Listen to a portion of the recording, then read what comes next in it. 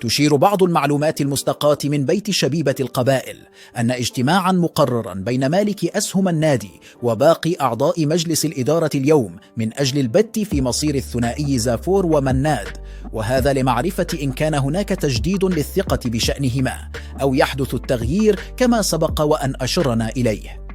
على الرغم من أن لا شيء اتضح بخصوص مصير العارضة الفنية للشبيبة، إلا أن هناك حديث في محيط الفريق تشير إلى أن هناك اهتمام بالناخب الوطني السابق نبيل نغيز الذي يبدو متحمسا من أجل خوض تجربة في الجزائر من جديد، وهو الأمر الذي يبقى مجرد كلام، بما أن لا شيء اتضح بخصوص المدرب الميدة.